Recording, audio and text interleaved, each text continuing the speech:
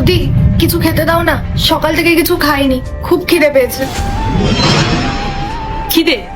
হ্যাঁ, তোর তো সারাদিন শুধু খিদে আর খিদে। ঠিক আছে, যা তাহলে রান্নাঘর থেকে কিছু বানিয়ে নিয়ে আয়।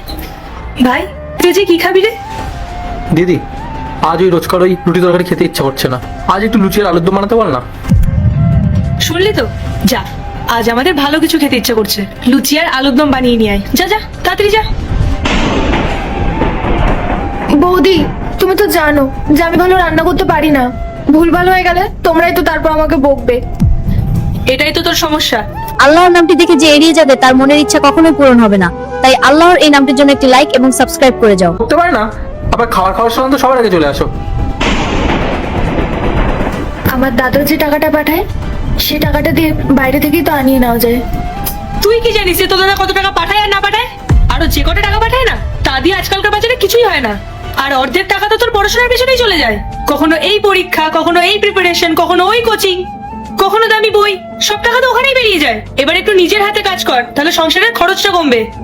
তোমরা আমাকে কোথায় টাকা দাও বৌদি? আমি যদি ভালো করে পড়াশোনা করি তার জন্য একটা ভালো